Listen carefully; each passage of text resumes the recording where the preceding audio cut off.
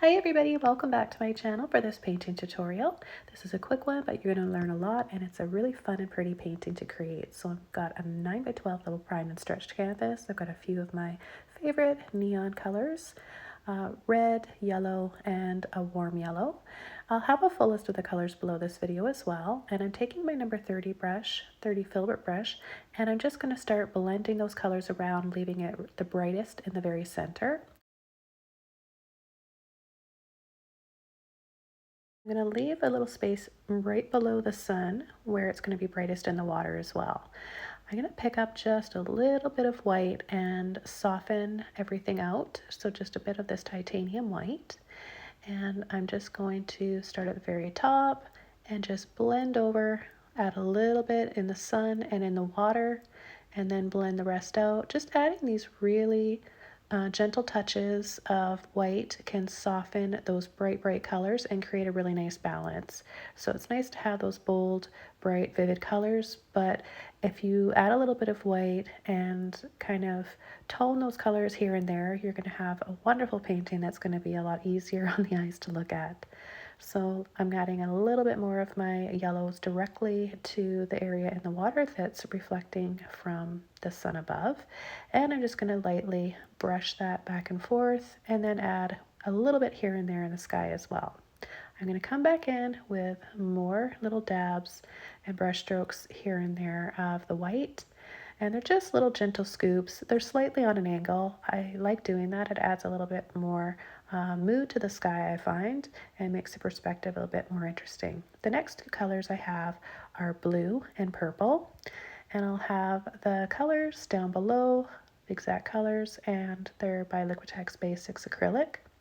All the colors I'm using today are by Liquitex Basics Acrylic, except for the neons. Those are luminous neon heavy-bodied acrylics by Holbein. So I'm still using my number 30 filbert. I'm going to blend those colors along the side and create a vignette, and then gently pull and sweep on either side, left and right, of the water. So by creating a darker outside type of a frame for the painting, it's really going to draw our eyes into the center where we have that beautiful, nice, warm light from the sunset. So I'm going to pull and soften and sweep out just a little bit further out, and that's going to give us our horizon line. Okay, I've got a number 9 filbert brush with a little bit of white. I'm going to add it where I left off with the blue and the purple, and blend the two colors together, the white, the blue, and the warm pinky peachy tones of the sunset. So we're going to get a gradual gradation here and a few other colors in between by mixing those two together. So yes, these paints are all still wet, and if you're having trouble keeping up with your paints because they're drying too quickly, you might want to add a slow drying medium to them, or just finely mist your palette or your canvas with a little spray bottle. I don't have any water on my brush either. This is just a dry brush with just paint. I don't need water because the paint underneath is wet, so it blends and mixes together really easily. So now that I've got my horizon line, I can focus on the sky and just gradually add more and more white, mixing those colors together here and there a little bit more. So by mixing a little bit of that yellow, red with the blue, I'll get some muted tones in there, so they're not going to be really bright. We're going to tone down parts of this painting and create some really soft clouds and shadows in here by doing this. So just do a little bit at a time, and then take a little break, just look back at it and make sure that you haven't overdone it and you haven't covered up too much of those pretty sunset colors. But see, this is what I mean. Right in here, we're going to take a bit of that blue and white and just go over part of the brightest areas. We want to make sure that the sun is the brightest though. So if you've accidentally gone over it, it's okay. You can just go back later on and add a little dab or dot of white, and you can tint it with a little bit of your yellow as well, just to keep it looking nice and golden and warm. So for a little bit, I'm just going to keep doing this, softening, blending, pulling those colors around because they are still wet. So you can see here it's making sort of a smoky look to my clouds, which I really love. I talk about that a lot when I'm in my tutorials, and I'm demonstrating to you guys how to create clouds and skies. The pretty colors are important, but the muddy tones are really important too. So everybody thinks that muddy tones are a bad thing. Not always. You really want to have those muted, sort of not so pretty looking colors to balance out all the other colors that you got going on. That is such a big tip and hint for you guys. That's really going to be a game changer with your landscapes. Well, not just landscapes, any subject that you're painting. I just took that smoky color and went right up to my brightest. So now we've got a little bit more contrast there, and it looks really, really nice to have a little bit of dark muted tones against the sun right in there. And don't be afraid to go over your bright areas, because that's what you need to create that depth and that mood in a painting. And then I'm just going to keep going, adding a little bit more white, less pressure this time, concentrating on pushing and using just the very tip of my brush. With the filbert brushes, they have that half moon, half circle shape to the end, which is really, really easy to create clouds with. So I always recommend filbert brushes for lots of things. If you've been following my channel, my tutorials for a while, you know that I love to use them for painting forests and trees as well. So right down here on the horizon, I just added a little sweep of white, and it's blending in with the other wet colors, wet paint down there. I want to mention, if you're just tuning in now, if you're having trouble with your acrylics drying too fast, you can get slow drying mediums. They're very inexpensive, and a little goes a long way. You can also just use a fine misting spray bottle. So right here, I'm taking just full on titanium white and just adding a little dot and dab in the very center, and you can see what a difference that makes.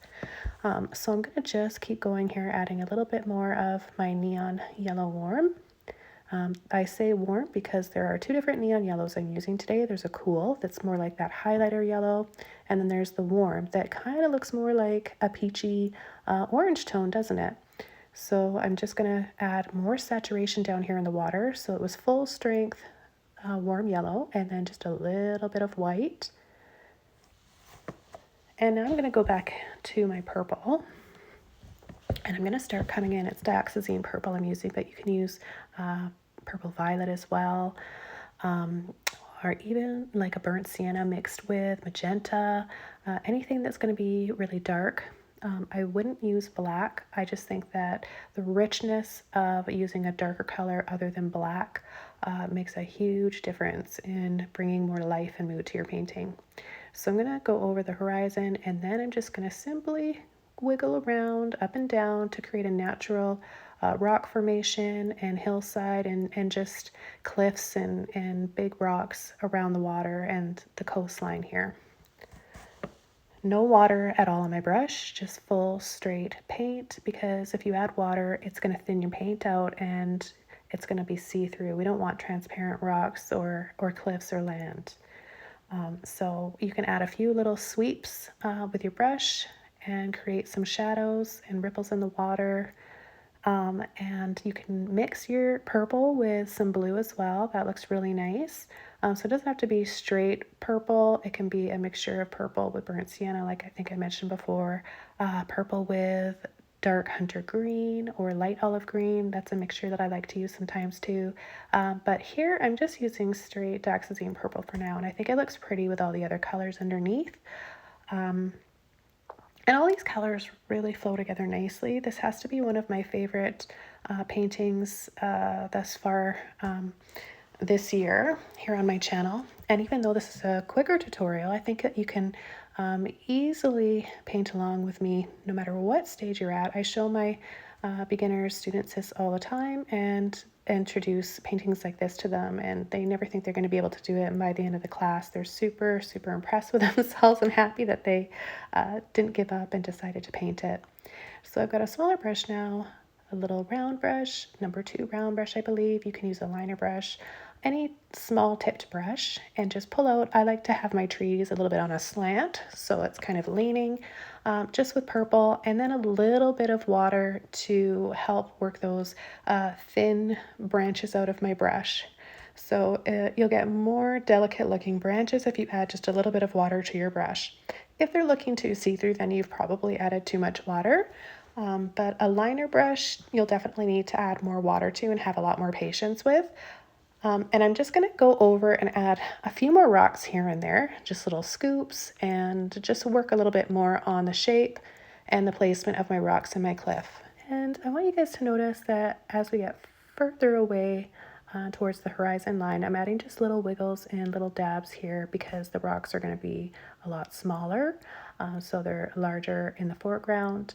And then just before I start adding my treetops and my foliage, I'm going to pull few more little branches out here and there and just go over a few more areas down here in the bottom left.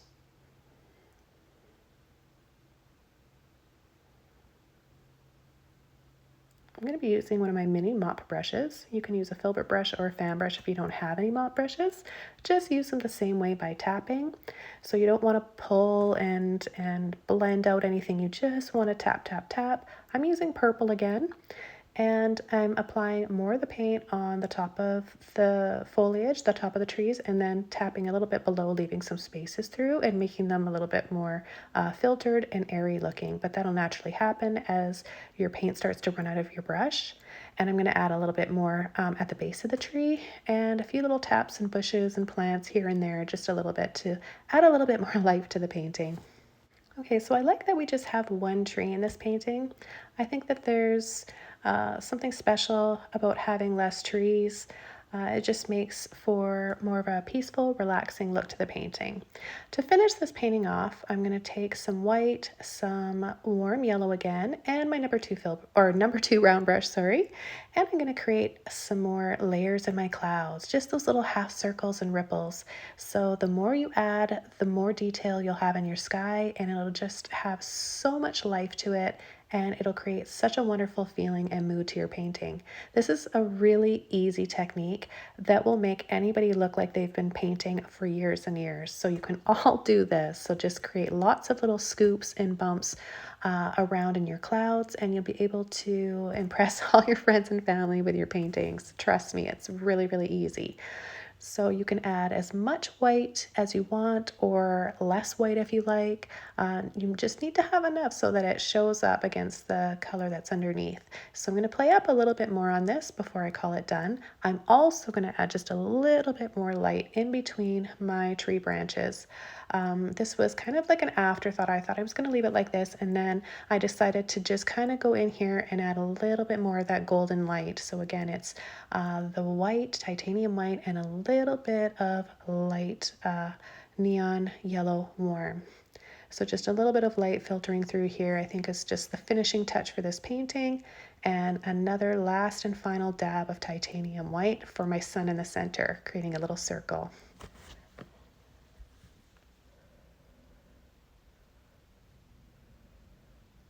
Finishing off with a few little lines to follow up with that bright, bright sun for the center and the water. I'm going to call this painting done. Thanks for watching, and please subscribe for more. Have a great day. Take care, everybody, and happy painting.